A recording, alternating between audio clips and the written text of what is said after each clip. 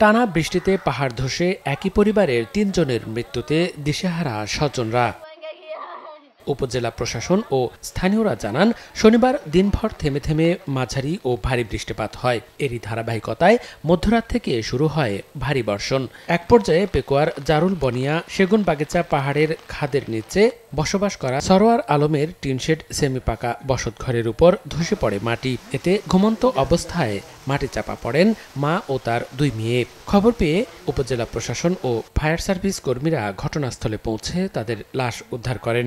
ঘুম থেকে ওঠার পর ও আমাকে বলতেছে কে জানে কল দিয়েছে, তা আমি কল ব্যাক করলাম। কল ব্যাক করার পরে শুনলাম আমার মা নাকি মাটি চাপা পড়ে মরে গেছে। মাটির ভিতরে ঢুকে গেছে। আমরা আসছি দেখছি কয়েকজন মানুষ 10-15 জন মানুষ মানে আমরা এসে মাটিগুলো সরাই ওদেরকে উদ্ধার করছি। আমরা তো রিজার্ভের মানুষ, বুঝছেন, আমরা এলাকায় থাকি, সরকারি জায়গাতে থাকি।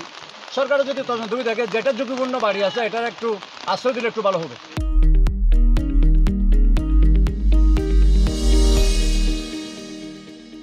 বৃষ্টি অব্যাহত থাকায় আতঙ্কে আছেন স্থানীয়রা। এর মধ্যে ঝুঁকিপূর্ণ এলাকার বাসিন্দাদের সরিয়ে নিতে কাজ শুরু করেছে স্থানীয় উপজেলা প্রশাসন। আমরা সবসময় তাদেরকে কিন্তু নির্দেশনা দিচ্ছি যে পাহাড়ের পাশে যে ঘরগুলো আছে বা লোকালয় আছে তারা যাতে নিরাপদ স্থানে সরে যায়, এবং আমাদের যে সরিয়ে নেওয়ার কার্যক্রম এটাও চলমান রয়েছে।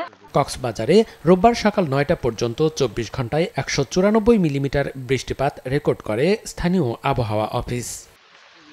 সময় সংবাদ, কক্সবাজার।